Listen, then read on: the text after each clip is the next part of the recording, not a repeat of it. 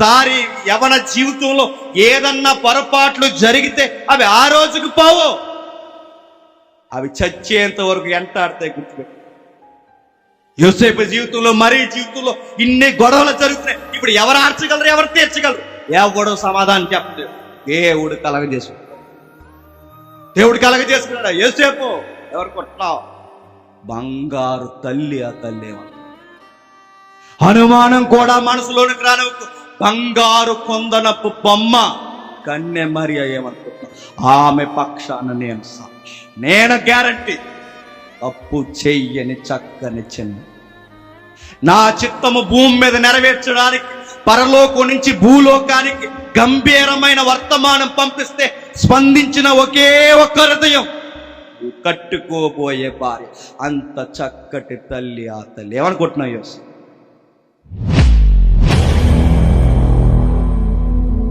ఏమీ లేకుండానే పొగబుట్టించే మనుషులు వీళ్ళు. ఏమీ లేకుండానే పైగా శాంతులు చెప్తారు. నిప్పు లేకుండా పొగ ఎలా వస్తుందని. నిప్పెట్టేది ఏలే, పొగెట్టేది ఏళ్ళే, అన్నెట్టేది ఏళ్ళే, అన్ని ప్రసారం చేసేది కూడా ఏళ్ళే. ఈ మనుషులు మంచోళ్ళేమని అనుకోకండి. ఆ రోజైనా ఈ రోజైనా అలాంటి కఠినమైన ఆజ్ఞలున్న ఆ కాలంలో ఇప్పుడు మరియమ్మ గర్భం దాల్చడం అంటే లైఫ్ రిస్క్ లో పడి, ఎవరు అర్థం చేసుకున్నా అర్థం చేసుకోకపోయినా కాబోయే భర్త యోసేపు అర్థం చేసుకో. కొన మాట చెప్పనా, యోసేపు అర్థం చేసుకునే పరిస్థితుల్లో లేవు. అప్పటికే అందరూ మాట్లాడేసుకుంటున్నారు, ఆ పిల్ల ప్రెగ్నెంట్. మరి అందరూ మాట్లాడుకున్నారో లేకపోతే ఈయనకే తెలిసిందో తెలియదు, కానీ ఒక విషయం అయితే తెలుస్తుంది, ఆ అమ్మాయి మీద అనుమానాలు. ఆ అనుమానాల వెనక అవమానము. బాగా వినాలి, యోసేపు కోసం బాగా వినాలి. ఎప్పుడైతే ఈ వార్త వచ్చిందో, యోసేపు పని ఏంటి చెప్పండి? ఆయనకు ఒక వర్క్ ఉంది. ఏం వర్క్ అయింది? వడ్రంగి పని చేయాలి. వడ్రంగి పని అంటే సాఫ్ట్వేర్ ఎంప్లాయ్ అనుకోకండి. వడ్రంగి పని అంటే చెక్కలు బొక్కలు ఈ నరుక్కోవడం, వాటిని నైస్గా చెక్కడం. ఇది చాలా ఒళ్ళు హోలమైపోయే పని. ఆ రోజుల్లో ఆయన పని చాలా కఠినమైన పని. ఇప్పుడు పగలంతా చెక్కల మధ్య, పగలంతా రంపపట్టు మధ్య పని చేసి వచ్చాడంటే ఒళ్ళు అలసిపోతుంది. ఇప్పుడు కష్టపడొచ్చిన వాడికి ఫ్యాన్ తిరగకపోయినా నిద్రపడేస్తాడు. కష్టపడొచ్చిన వాడికి స్నానం చేయకపోయినా నిద్రపడతాడు. ఏ కష్టం లేదు కాబట్టే మనకు నిద్ర రాదు. దయ్యాల్లా సీలింగ్ లేదు చూస్తే. ఎందుకు? కష్టం లేదు మనకు లైట్ వేస్తే మెలకు వచ్చేస్తే, ఫ్యాన్ ఆగితే మెలకు. ఎందుకు? అంత సుఖం ఎక్కువైపోయింది. మనకు అన్నీ ఉండాలి. యోసేపుకి అలసిపోయాడు, సొలసిపోయాడు, శరీరం అంతా నలిగిపోయింది. ఇప్పుడు అడుగుతున్నాను, పగలంతా ఇంత కఠినమైన పని చేసి రంపపొట్టు మధ్య బతికొచ్చిన యోసేపుకి సాయంత్రం వచ్చేసరికి అలిసిన దేహముతో నిద్రపోయే పరిస్థితుల్లో నిద్ర పట్టట్లేదండి. ఏంటి? కాబోయే భార్య ప్రెగ్నెంట్. ఎలా నిద్ర వస్తుంది చెప్పండి? శరీరం ఎంత అలిసిపోయినా, ఇప్పుడు రేపో మాపో పెళ్లి చేసుకుందన్న అమ్మాయికి ఇప్పుడు గర్భవతి అని తెలిస్తే ఏ మగాడికి నిద్ర వస్తుంది? నిద్ర రాదు. ఎన్నో స్వప్నాలు, ఆ స్వప్నాల మధ్య ఉలుక్కుపడి లేస్తున్నాడు. ఏంటిది? ఏం చెప్పుకోవాలి? నా స్నేహితులకి ఏం చెప్పుకోవాలి? నా తల్లిదండ్రులకి ఏం చెప్పుకోవాలి? నా ఊరు వాడ ఏం చెప్పుకోవాలి? మంచిది, భక్తి పర్రాలు అనుకున్నాను, ఇలాంటి పని చేసింది ఏంటని ఎవరితో పంచుకోగలడు? ఏం చెప్పగలడు? ఈ అబ్బాయి నీలాంటి నాలాంటి మనలాంటి యువకుడు కాదు ఊరు వాడ చాటడానికి. ఆ అబ్బాయికి ఆ ఊర్లో మంచి పేరుంది, నీతిమంతుడు. ఎవరికి చెప్పగలడు? అలసిన దేహంతో తనకి నిద్ర రావట్లేదు, అలసిన దేహంతో తనకి నిద్ర పట్టలేదు, ఏవేవో స్వప్నాలు వస్తున్నాయి. తుల్లిపడి లేస్తున్నాడు. తన ప్రశ్నలకి తన దగ్గరే సమాధానం లేదు. ఏం చేయాలి?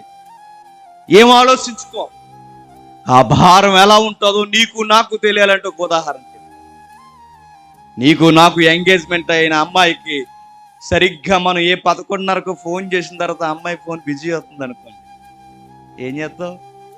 గాడ్ బ్లెస్ యూ నాన్న, ఇంక పడుకోయే, ఫోన్ మాట్లాడసాను మెసేజ్ పెడతావా? ఏం చేస్తావు? కంగారు వచ్చి 70 సార్లు చేస్తావు. ఈ టైంలో బిజీ ఏంటని. నువ్వు చేసుకోబోయే అమ్మాయి వాట్సాప్ ఫుల్ అయిపోయిందంటే ఏం చేస్తావు? నువ్వు చేసుకోబోయే భర్త, నీ భర్త ఎవరైతే ఉన్నాడో మై స్పీట్ అని ఏ నెంబర్ అయినా నోట్ చేసుకుంటే ఏం చేస్తావు? నువ్వు చేసుకోబోయే లైఫ్ పార్ట్నర్ ఇన్బాక్స్ నిండిపోతే ఏం చేస్తావు? చెమటెక్కిపోతావు. ఏం చేస్తావు? మన కంగారు అది కాదు ఇది కాదండి, ఇప్పటికే ఒకరు ఫెయిల్యూర్ అయ్యారట, మీరు సెకండ్ అంట అని తెలిసింది అనుకోండి, ఏమంటారు? ఫోన్లేండి, నాది ప్రేమ హృదయం, క్షమించేయండి అంటావా? ఏమంటావు? కంగారు అయిపోతాం, గొడవలు పెట్టుకుంటాం, ఏ కయ్యానికైనా దిగిపోతాం, తట్టుకోలేం. ఇంకో మాట నేను చెప్పనా, మనం దారంటే వెళుతున్నప్పుడే మన భార్యని ఎవడైనా పైనుంచి కిందకు చూశాడు అనుకోండి, ఏమంటాం? బాబు అలా కాదు, ఇలా చూసుకో, గొయ్యలు గట్ట ఉంటాయి అంటావా? ఏమంటాం? ఎరా రోడ్డు మీద వెళ్ళాలని లేదా అంటాం. మన లైఫ్ పార్ట్నర్ ఎవరైనా కామెంట్ చేశారనుకోండి, ఏమంటాం? దేవుడు నిన్ను నీ భవిష్యత్తుని దీవించిన గాక అంటావా? ఏమంటాం? చంపి పడేస్తా అంటాం. అంటే మన లైఫ్ పార్ట్నర్ ఎవడైనా ఏమన్నా అంటేనే తట్టుకోలేదు, చూస్తేనే తట్టుకోలేదు. ఇప్పుడు తన లైఫ్ పార్ట్నర్ ప్రెగ్నెంట్, తన బీపీ లెవెల్స్ ఎలా ఉంటాయో ఒకసారి ఆలోచించి, తన మైండ్ ఆ టైంలో ఎలా ఉండుంటుందో ఆలోచించి. ఎంత నీతిమంతుడైన మగాడు కదండి. మగాడు భరించలేనిది ఏదన్నా ఉందంటే, నా కాబోయే భార్య వేరొకరి కౌగిలిలో ఉందన్నది కఠినమైన వార్త. ఎవడు భరించ కఠినమైన వార్త, తన కాబోయే భర్త వేరొక కౌగిలిలో ఉన్నాడన్నది లైఫ్ పార్ట్నర్ ఎవరో స్వీకరించలేరు. ఇప్పుడు అలాంటి వార్త ఈ అబ్బాయికి వచ్చింది. ఇప్పుడు ఈ అబ్బాయి ఏం చేయాలి? ఏం చెయ్యాలో మత్తయ్య గారు మాత్రమే రికార్డ్ చేశారు. చూడండి ఒకసారి చెబుతున్నాడు, చూడండి.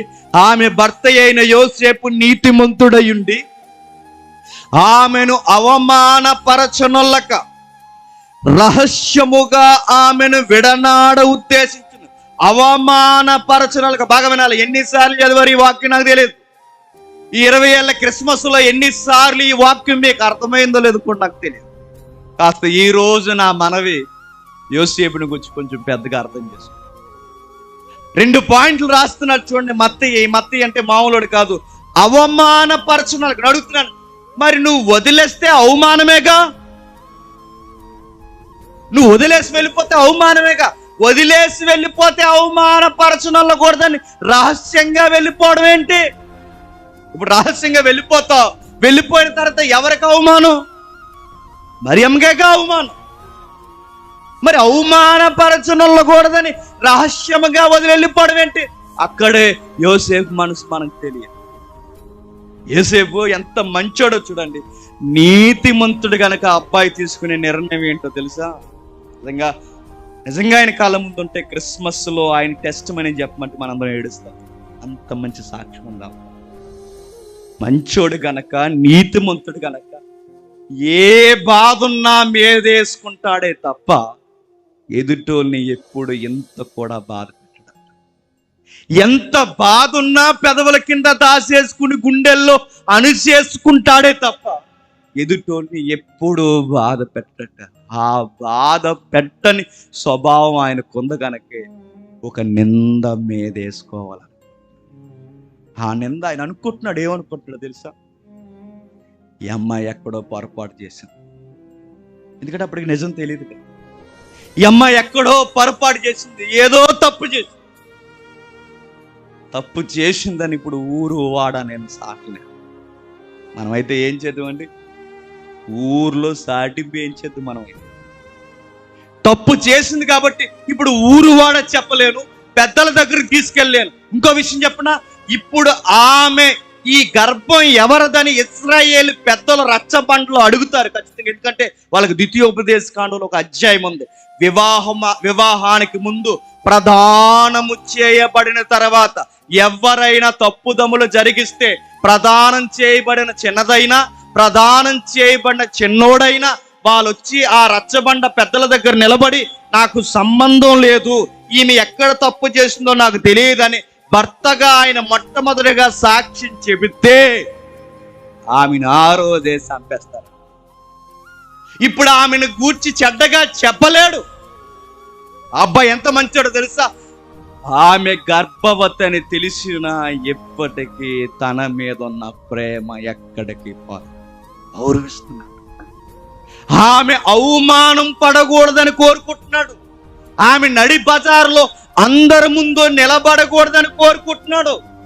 పెద్దల దగ్గరికి వెళ్ళి అమాయకురాలుగా నిలబడకూడదని కోరుకుంటున్నాడు. తనని ఎవరో ప్రశ్నించకూడదని కోరుకుంటున్నాడు. తన బయటికి రాకూడదని కోరుకుంటున్నాడు. తనని ఎవరో నిందారోపణ చేయకూడదని కోరుకుంటున్నాడు. ఎందుకు కోరుకుంటున్నాడంటే ఆ రోజు మొదలు ఈ రోజు వరకు తనను గౌరవించాడు, తనను ప్రేమించాడు. నిజమైన ప్రేమికులు ఎలా ఉంటారో తెలుసా? తన ఏమాత్రం తప్పు చేసిన వాళ్ళు బయటికి చెప్పరు, ప్రేమించారు కనుక. గుర్తుపెట్టు, ప్రేమ లేని గాడిదలే చెప్పండి ఊరు వాడ సాట. భార్య భర్తల మధ్య ప్రేమ లేనప్పుడే మా ఆవిడ ఎలాంటిదో తెలుసండి. ఎలాంటిది? మీ ఆవిడ కోసం నువ్వు ఇలా ఊరు వాడ చెప్తాను, నువ్వు ఎలాంటివాడో అర్థమవుతుంది మాకు. నీకు అర్థమవుతుందో లేదో? మా ఆవిడ ఎలాంటిదని బయటికి చెప్పకూడదు. నా భర్త ఎలా. నిజమైన ప్రేమలో తప్పులు కప్పుతారు తప్ప బయటికి విప్పి చెప్ప. యోసేపు కూడా ఏం చేస్తాడంటే రహస్యముగా వదలడం అంటే ఏంటో తెలుసా? ఆమెను వదిలేయడం కాదండి, మూలం ఏముంటో తెలుసా? ఆ ఊరు వదిలి వెళ్ళిపోవాలనుకున్నాడు. ఆ ఊరే వదిలి వెళ్ళిపోవాలి. రహస్యముగా విడనాడడం అంటే తనను, తన ఊరిని, తన బంధువర్గాన్ని రాత్రికి రాత్రే వదిలిపోతే ఏంటి? మరియమ్మ మౌనం వెనక ఊరు వాడ ఏమంటారు తెలుసా? ఈమె గర్భానికి కారకుడు కనబడకుండా పోయిన ఆ యోసేపు గారి. అంటే నింద ఎవరి మీద వేసుకోవాలనుకుంటున్నాడు చెప్పండి? తన మీద వేసుకోవాలనుకుంటున్నాడు. మంచోడు గనక, నీతిమంతుడు గనక తనకు సంబంధం లేని ఆ గొడవని తన మీద వేసుకుని, సరే అంటే నన్ననాలు తప్ప తనని ఈ రోజు కనడానికి వీలు లేదని రహస్యముగా వదిలేసి వెళ్ళిపోవాలి. ఎక్కడికి పోతావు? ఏమో ఎక్కడికి పోతావు. ఎక్కడికి పోయినా పర్లేదు, కానీ ఎక్కడున్నా తను బాగుండాలనుకున్నాడు. ఎంత మంచోడండి అబ్బా! తన రహస్యముగా విడనాడు ఉద్దేశించి తాను నీతిమంతుడు గనకే ఆ అమ్మాయి బయటికి రాకూడదనుకున్నాడు కనుకే, అవమానం పడకూడదనుకున్నాడు కనుకే రహస్యముగా ఆమెను విడనాడ ఉద్దేశించి. ఇంటి యోసేపుని చూస్తే ఏ యోసేపు గుర్తొస్తాడు తెలుసా? ఆ పాత నిబంధన యోసేపు గుర్తొస్తాడు. Same character. అతను పేరు పెట్టుకునే అబ్బాయి ఆ పేరుకి ఎక్కడ మచ్చ తెచ్చిన అబ్బాయి. సేమ్ క్యారెక్టర్స్ అని వాళ్ళకి. ఈ యోసేపుకి ఎలా అయితే జరగబోయే విషయాలు, స్వప్నాలు వస్తున్నాయో చెప్పండి, ఆ యోసేపు కూడా అలాగే స్వప్నాలు వచ్చాయి. ఈ యోసేపుకి ఎలా అయితే స్వప్నాలు వస్తున్నాయో ఆ యోసేపుకి స్వప్నాలు అలాగే వచ్చాయట. ఆ యోసేపుకి వచ్చిన స్వప్నం ఏంటంటే, ఇదిగో ఇశ్రాయేలు అనే కుమారుని కాపాడడానికి ముందస్తుగా ఐగుప్తి నువ్వు పరిగెడతావని స్వప్నం. అదే స్వప్నం మరలా ఈ యోసేపుకి వస్తుంది. ఏమని తెలుసా? మరలా ఇశ్రాయేలు పుట్టబోతున్నాడు. ఇశ్రాయేల్ అంటే దేవుని కుమారుడు. ఇశ్రాయేల్ అనే పదానికి అర్థం దేవుని కుమారుడు. మరలా ఇశ్రాయేలు పుట్టబోతున్నాడు. ఇప్పుడు మరలా ఇశ్రాయేలు రాబోతున్నాడు. ఇప్పుడు ఈ ఇశ్రాయేల్ని కాపాడడానికి ఈ యోసేపు పరిగెడతాడు. ఆ యోసేపు కలలు ఎలా వచ్చాయో ఈ యోసేపు కలలు ఎలా వస్తున్నాయి. ఆ యోసేపు ఇల్లుదిలి ఎలా పరుగులు తీశాడో ఈ యోసేపు కూడా ఇల్లుదిలి అలాగే పరుగులు తీశాడు. ఆ యోసేపు ఎలా అయితే కాని మాటల మీద పడ్డాడో ఈ యోసేపు కూడా కాని మాటలు మీద వేసుకున్నాడు. పేరుకు తగ్గ వ్యక్తులంటే, పేరుకు తగ్గ భక్తులు, పేరుకు తగ్గ వ్యక్తులు. ఈ యోసేపుని చూస్తుంటే అచ్చు ఆ యోసేపు గుర్తొస్తున్నాడు. నీతిమంతుడు. అచ్చు ఎలా ఉంటాడంటే మన పూర్వకాలపు యోసేపు ఎలా ఉంటాడో అలాగే ఉంటాడు ఈ యోసేపు కూడా అని స్థానిక ప్రజలు చెప్పుకునేవారు. ఇంత మంచి అబ్బాయికి బాగా వినాలి. ఇంత మంచి అబ్బాయికి ఇంకా వెన్నలాంటి మనసు ఏంటో తెలుసా? ఇలాంటి అబ్బాయి అలాంటి అమ్మాయిని వదిలేదుకోవాలని. ఓ మాట నేను చెప్పనా, మంచోళ్ళు విడిపోతున్నారంటే పరలోకముందున్న దేవుడు చూస్తూ చెప్పండి ఉండలేడు. మరి మనం విడిపోతుంటే దేవుడు ఎందుకు చూస్తూ ఉంటున్నారంటే మనం గరిగమ్మ బ్యాచ్ కాబట్టి. గరిగమ్మ అంటే తెలుసా? గరిగమ్మలు తెలుసుగా. గరిగమ్మని ఇలా పెట్టి దాన్ని ఎలా ముందుకు కట్టినా ప్రమాదమే, వెనక్కి లాగినా ప్రమాదమే. మొత్తం మీద అది గీరేయడం ఖాయం. దాన్ని గరిగమ్మ అంటారు. మన కాపురాలు గరిగమ్మ కాపురాలు కనుకే మనకి దేవుడు భయము విశ్వాసము ఉంటుంది కనుక దేవుడు కలపాలనుకున్నా దేవుని మాటను కూడా మనం గౌరవించు. ఈ నీతిమంతుడు భాగమైన ఇంత మంచి అబ్బాయికి ఈ ప్రపంచంలో రైట్ పర్సన్, రైట్ పార్ట్నర్ ఎవరు చెప్పండి? మరియం తప్ప ఇంకెవరు సూట్ అవ్వరు. ఇతరుల బాధను మీదేసుకుని ఇంత మంచోడికి, ఇంత నీతిమంతుడికి సరి అయిన భార్య ఎవరు చెప్పండి? రాహేలు సరిపోద్దా? రాహేలు లాంటి వ్యక్తిత్వం సరిపోద్దా? ఎవరు సరిపోతా? ఎవరో సరిపోరు. ఆయనకు సరిపోయే చక్కటి తల్లి ఒకే ఒక్కరు, కన్యామరియా. ఏమి దూరం అవడానికి. అందుకే పరలోకమందున్న దేవుడు కలగజేసుకున్నాడు కనుక దేవుడు వచ్చాడట, యోసేపు నీకో విషయం చెప్తున్నాను, నువ్వు కాబోయే అమ్మాయి పవిత్రమైన కన్య. నువ్వు చేసుకోబోయే అమ్మాయి తన కన్యత్వానికి ఏ డోకా లేదు. మరలో ఒక మాట చెప్పు. ఈ మాట మీకు పచ్చగున్నా తప్పదు చెప్పాలి. ఎందుకంటే ఈ లోకం చెయ్యడానికి లేని సిగ్గు చెప్పించుకోవడానికి ఎందుకు చెప్పండి సిగ్గు. అందుకే చెప్పు, ఓ మాట చెప్పు. ఈరోజు మనిషి ఎంత డెవలప్ అయ్యాడు తెలుసా? భూమండలం మీద నుంచి చంద్రమండలం మీద కాదు, చంద్రమండలం మీద నుంచి అక్కడ స్పేస్ స్టేషన్ ఒకటి తయారు చేసుకునే స్పేస్లో మనకి బస్ స్టాండ్లు ఎలా ఉంటాయో స్పేస్లో కూడా స్పేస్ స్టాండ్స్ ఉంటాయన్నమాట. అక్కడ ర్యాకెట్ లాగి అక్కడి నుంచి మరలా అంగారాగ్రహం మీదకి ఎలా వెళ్ళాలో ప్రయత్నాలు చేస్తున్న విశ్వంలో తిరిగి రావాలని విశ్వంలో మనిషి చక్కెర్లు కొడతాడు. మరలా నేను చెప్తున్నాను, ఇంత ర్యాకెట్ యుగంలో, ఇంత సైన్స్ యుగంలో కూడా మనిషి ఎంత డెవలప్ అయినా ఒక మాట గుర్తుపెట్టుకోండి, శీలానుకున్న విలువ ఎప్పుడు పోదు. అది గుర్తుపెట్టుకోండి. ఆ రోజు యోసేపుకి నీ కాబోయే భార్య కన్య అని చెప్పాల్సి వస్తుందంటే కన్యత్వానికి, శీలానికి నాగరికత ఎంత పెరిగినా దాని విలువే గుర్తుపెట్టు. అది డబ్బులు పెట్టి కొనలేనిది, వెల పెట్టి కొనలేనిది. ఆ గౌరవాన్ని ఒక్కసారి మనం తప్పుడు అడుగు లేసి జారేసామో పోయిన విలువ రమ్మన్నా రాదు.